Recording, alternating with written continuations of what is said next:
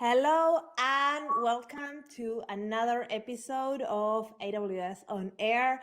Today I have with me Jenna Pederson. I'm Marcia Villalba. We are both developer advocates from AWS, and I have an amazing guest, the principal product manager of Amazon Glue Elastic Views, Chandan Talukdar. I hope I said your name right. How are you, Chandan?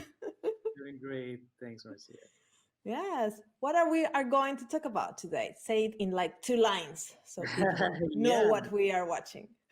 yeah. We're going to talk about AWS Glue Elastic Views, which is a new capability of AWS Glue that was announced at the reInvent keynote by Andy. Enables customers to create materialized views across multiple data stores in their environment. Really excited to talk about it. Cool. Yeah. So, you mentioned materialized views. What are those? Yeah.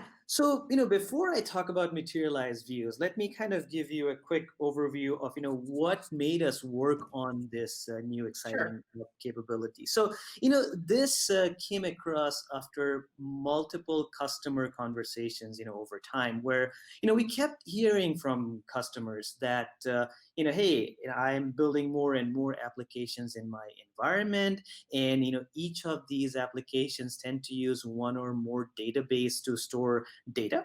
So every time I build a new application or a feature, I see that, hey, I need this data that's sitting in this application's database in another database for my new feature, for my new application. So what they end up doing, or had to do prior to this, was build custom data pipelines, which would basically move data from one application's database to another to make it available to the other application. And this process is not very easy to build these data pipelines, and in addition, it's not very easy to maintain either. And also, every time there is a new requirement, which might be very similar to the previous requirement but not exactly the same, they'd have to rebuild the pipeline. So their ask was, hey, can we make this easier, for them? So hence enter AWS Glue Elastic Views. So we make it very easy to move data across multiple data stores, and we do it by using materialized views. So what are materialized views? If you're familiar with databases concepts, a view is a virtual table where basically defined by a view definition, which contains the data transformation that you want to do, and you query a view to basically get the data. Materialized view, you can think of it as a view that has been stored in a target data store so that you can access data with minimal latency. So with AWS Glue Elastic Views, you can create a view over data that's sitting in a source data store, and then you can pick a target to materialize it. So the materialized view sits in a target that you define, and when you query it, you get the most recent data from your source data store going through the transformation that you have defined in the view. Okay. Can you talk about some of the use cases that we would use AWS Glue Elastic Views for? Yeah, absolutely. So right now, I'd like to again point out that AWS Glue Elastic Views is in preview. Mhm. And in preview, we are supporting Amazon DynamoDB as a supported data source data store, and Amazon S3, Amazon Elasticsearch Service, and Amazon Redshift as the target data stores. So what that means is that you can create a view in AWS Glue Elastic View over data that is stored in Amazon DynamoDB table, and then materialize it to one of these three targets. So some of the use cases that I'd like to cover, which has come up, in our customer conversations, is basically combining and replicating data from, a source data store to a target data store, and also integrating operational data stores with data lakes and analytics data store. And let me kind of go through a few examples that will help you understand how these use cases manifest in a customer environment. So we have a lot of customers using uh, DynamoDB as an operational database for applications. And a lot of times, they want to be able to search data in the DynamoDB table and do a, for example, a rich text search, fuzzy text search on that data. So, for example, if you have a DynamoDB table with, order information and you want to search for, products that start with a particular name, starts with maybe,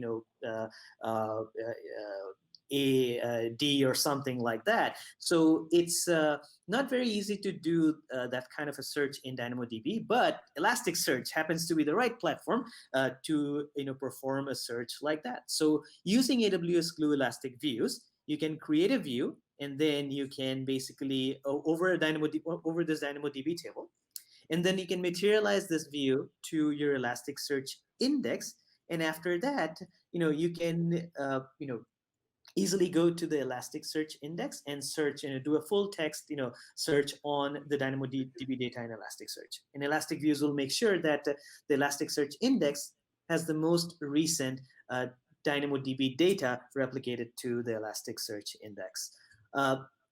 Another use case that I mentioned that we've heard customers talk about is the desire to integrate their operational and analytical systems as well as data lakes. So, for example, you have again if a DynamoDB table, let's say, which is used as the source of truth by your application, and you want to make the data in your DynamoDB table available for your data scientists to do analysis over. So using AWS Glue Elastic Views, you can easily now create a view over a table in DynamoDB, and then you can materialize it to a data lake that you have in S3. So that way, your operational application keeps using the DynamoDB table, but your data scientists who need read access to data in that DynamoDB table can now go to S3 and query the same data using Athena, for example. So you have almost an up-to-date copy of your operational data in your data lake, so that you can query it easily. And lastly, a similar use case where a lot of customers want their operational data, the copy of their operational data, in a data warehouse like Redshift. So using Elastic Views, it is very easy to accomplish that kind of capability as well. So you create a view in Elastic Views over your table in DynamoDB, and then you materialize it to Redshift. And after that, every time, for example, there is new data coming into the DynamoDB table, the Redshift materialized view is updated continuously, so that when, let's say, data analyst wants to query data that is in DynamoDB in Redshift, they can just go to the Redshift materialized view and get the most recent data from Redshift. So, we covered some of the use cases, but I wanted to end this with, summarizing the key benefits that AWS Glue Elastic Views, brings to the table. So, first and foremost, it's very easy to use. As I said, you create a view and then you point it to a source and then point it to a target, and everything else is handled by Elastic Views. So compared with data pipelines that you'd have to build, this makes it very easy to move data around. Second, it's fully managed, so the service takes care of moving data around without you having to do any management, apart from creating the view, pointing it to the source and the target. And it's near real time, where data that is in the inserted in the source data stores is made available in the target data stores typically within seconds. And lastly, it is serverless. So, there is no infrastructure to manage on the customer side. And again, this is something that we've heard from customers over and over again. Hey, once you go to the serverless model, it's hard to come back. So, we make sure that as we're designing AWS Glue Elastic Views, we make it a serverless offering so that there's minimal management on the customer's part. Yeah, Okay. I have a couple of questions what you told us because I'm a serverless fan. Yeah. So I was building some of these features with Dynamo and Lambda and Dynamo streams. Yeah. So this sounds like a great replacement. So uh, can you tell me a little bit what is under the hood of these elastic views? Yeah, absolutely, and I'm glad. So you mentioned how you're building the data pipelines, right? And that's exactly what we had heard from customers. If you remember at the beginning, I'd Yeah. mentioned we had customer conversations in terms of, hey, I'm building these data pipelines and stitching together multiple components. So we made And it you need to easy. use the SDK of, for example, S3 to put the object, and you need to keep, Correct. as you were saying, updating this. Oh, now we changed it. Now we need to do the transformation in the Lambda. It takes a lot of time. It does. It does, exactly. And we're kind of making all of that go away as much as possible and making it super simple. So to answer your question on what's under the hood, so we do rely on DynamoDB change data capture technology that was recently announced. So this is a feature in DynamoDB that enables us to get the most recent updates from the DynamoDB table. So what happens is when you create a view in elastic views, we will reach out to the tables that we have available in DynamoDB, and then we'll basically create the view from the entire table. So if you have a 10 gigabyte table, we'll basically pull all the data, Oh, compute. that's nice because the streams only work from the moment that you Correct. enable them. So Correct. you have to do the batch work. Exactly. So this is, again, we call that seeding or bootstrapping, depending on different customers call it Doing differently. the But work for us. it is it is additional work for a customer. Exactly. So with elastic views, we kind of make all of that transparent. So we reach out to the DynamoDB table, we get the base table, we compute the view, and then we materialize the view in the target that you have picked for that particular view. And then over time, as there are new updates to the DynamoDB table, we get those updates via the change data capture technology, a feature of DynamoDB that we had just talked about. And then we keep the materialized view up to date accordingly. And one question, as a Dynamo user, does this affect my read capacity or it doesn't matter? Yeah, so DynamoDB is serverless. So you can scale it, on Yeah. demand mode as you want. So this does not affect your DynamoDB read capacity at all. So we just consume data off of the change data capture stream, and then, as I mentioned, Elastic Views itself is serverless and scales capacity up or down depending on the requirement. For example, if there is a big spike in DynamoDB writes at a given time, we will scale capacity up so that we can support updating the view with the new data that just came in. And when the spike is gone, we'll scale capacity down. Yeah, that sounds super interesting. And I also was looking at this, and there is some querying capabilities that you can do in these elastic views. So how that works with Dynamo, because Dynamo is a NoSQL database. So Yeah. So, let me kind of go back to one of the things that I had mentioned earlier, that as we were designing Elastic Views, one of the core, things that we kept in mind was it needs to be easy for, customers to use. And, one of the things that you mentioned briefly too. So when you build your own data pipelines, generally you have to write code, Python, Scala, depending on the programming language of choice. But it's code at the end of the day, and customers were not very happy that it's not the most easy. So with Elastic Views, we made this view centric, right, as the name suggests. So all you do is create views, and then the Elastic Views takes care of the rest. Now, how do you create views? So views in traditional relational databases you create using SQL. It's a SQL query that you define the kind of data that you want, the kind of transformation that you want, and basically where you want to store it. So Elastic Views is built on top of Particle. which is a query language that Amazon had open sourced last year. So this query language is an extension of SQL with some very interesting capabilities that enable us to do the cool things that we are doing. So first of all, Particle supports basically nested and semi-structured data type. So you can now query documents, for example, in a DynamoDB table, which, as you said, it's no SQL. It doesn't have a relational model, but using Particle, we can actually query nested data as well as semi-structured data. So because of that, it enables us to basically work with not only SQL data sources, which will be adding support over time, but also non-relational data sources such as DynamoDB. And another benefit of SQL that I wanted to kind of call out is it also enables us to basically support multiple databases and map their data types in those databases into a central. Because integers in Dynamo are different than integers in Redshift.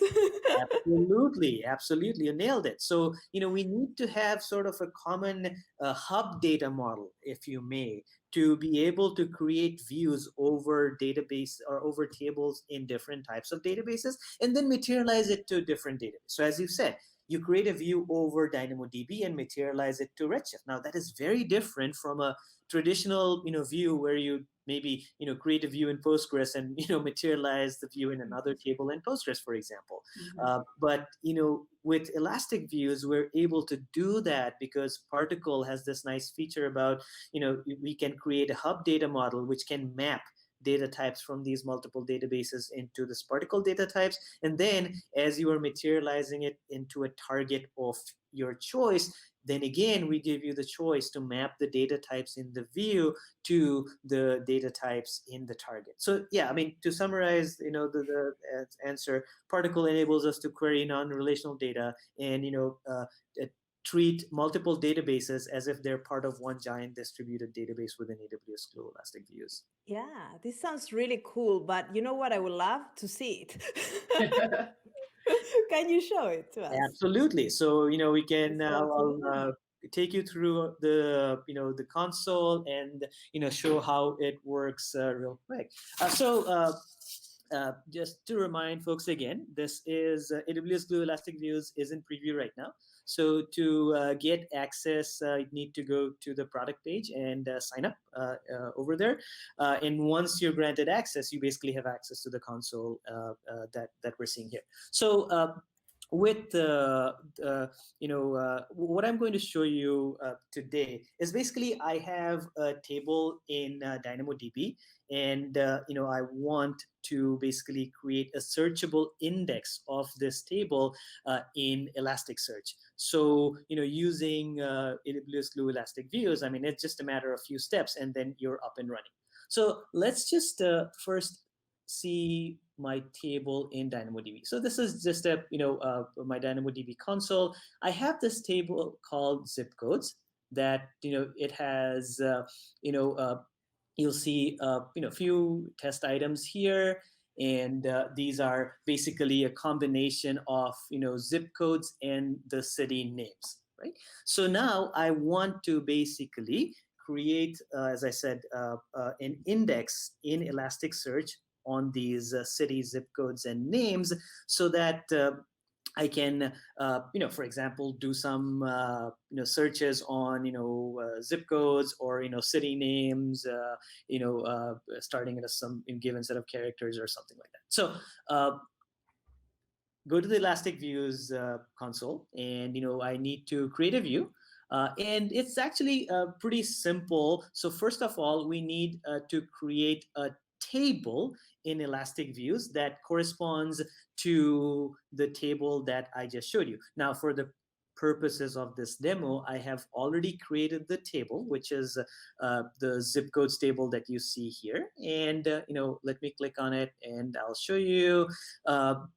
it has detected that the zip code. I'm sorry, the zip code table has the combination of basically a zip code and a city attribute, and once you create the table in Elastic Views, you would basically need to activate this table so that data can start flowing into Elastic Views. So this goes back to my comment earlier, where I said that once you have create a view over a table, we basically take the data, the base table, as well as changes that are coming in from that point in time.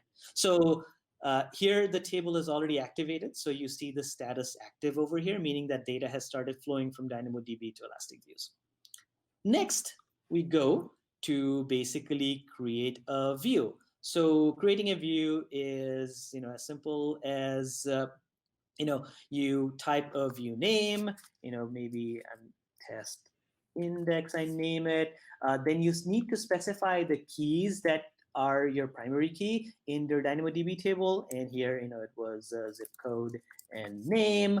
And then I basically type in the particle query in this query editor.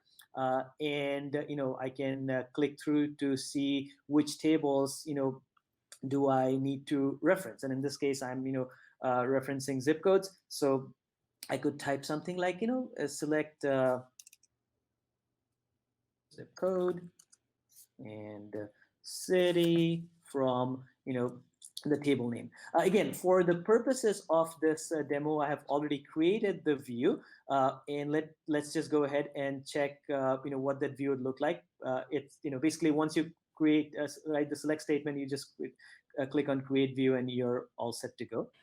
One question about the tables. Those are metadata tables. They don't contain the data yet. They are going, or do they contain? They actually contain data. So what Elastic Views does is when you create a table in Elastic Views, we import that data and keep a copy in Elastic Views. So, and this goes back to, if you remember, I had mentioned, different databases have different data types, and we import them into a common hub data model. Glue has this metadata, so that's what I was confused at. Yeah, this is slightly different in that sense. So we have basically, a table that we create in Elastic Views. So now let's go to views, and here I have my zip codes view that I've already created, and this definition in this case is select zip code city from zip code. So that's zip codes. Very simple. After I create a view, I need to basically activate the view as well, so that data starts flowing. And lastly, I need to materialize this view, and materializing the view is very simple. Again, need to click here, add a target, Amazon Elasticsearch target. It will show me the drop down of the domains that I have available, and then I just need to do a test index, for example, right? And then create add a target. Now, for purposes of this demo, I've already created the target, and it is already materialized to this particular view for this particular view. It's already going to Elasticsearch to the index my zip code. So I wanted to quickly show you how basically this would look like on the Elasticsearch side. So this is where I have my my terminal connecting to Elasticsearch. So what I can do is, I can issue a query on my Elasticsearch index, which says that, hey, return all items, entries that you have in this index. So if I do that, you'll see that you'll basically get a list of all the cities and the zip codes that I have in my DynamoDB table, right? So remember, DynamoDB table items getting reflected in Elasticsearch, automatically. Now, let's say I want to do a query that, I have my city and zip code, combinations. I want to search for cities that start with the name SAN and their corresponding zip codes. So I could easily, modify my query to do, include a wildcard like this. And when I do this, basically you'll get only the cities that start with the name SAN. In this case, I have two examples in my list of items, San Francisco and San Jose. And there you go. So now you can see how easy it is to basically, quickly do a search of your DynamoDB table in Elasticsearch in using a few steps. Hopefully this gives you an idea Super cool. of. Let me remove the demo now. Yes. Do you have some questions, Jenna? We have some minutes before we need to wrap up. I do have a question on how, I don't remember exactly what it was, but how the names zip codes, first of all, what are those? And is that referencing like source and target so that if it's a different name on the other side, it might be zip code or something like that? Yeah, so you have flexibility in Okay. naming the table within Elastic Views the way you want it. So you don't have to name it the same Yeah. table that you have. But once you create a view in Elastic Views, you can name it whatever you want. So you have the flexibility to configure the naming on the Elastic Views side. Okay. That's all I have for questions. Cool. So Yes. we can wrap up this session.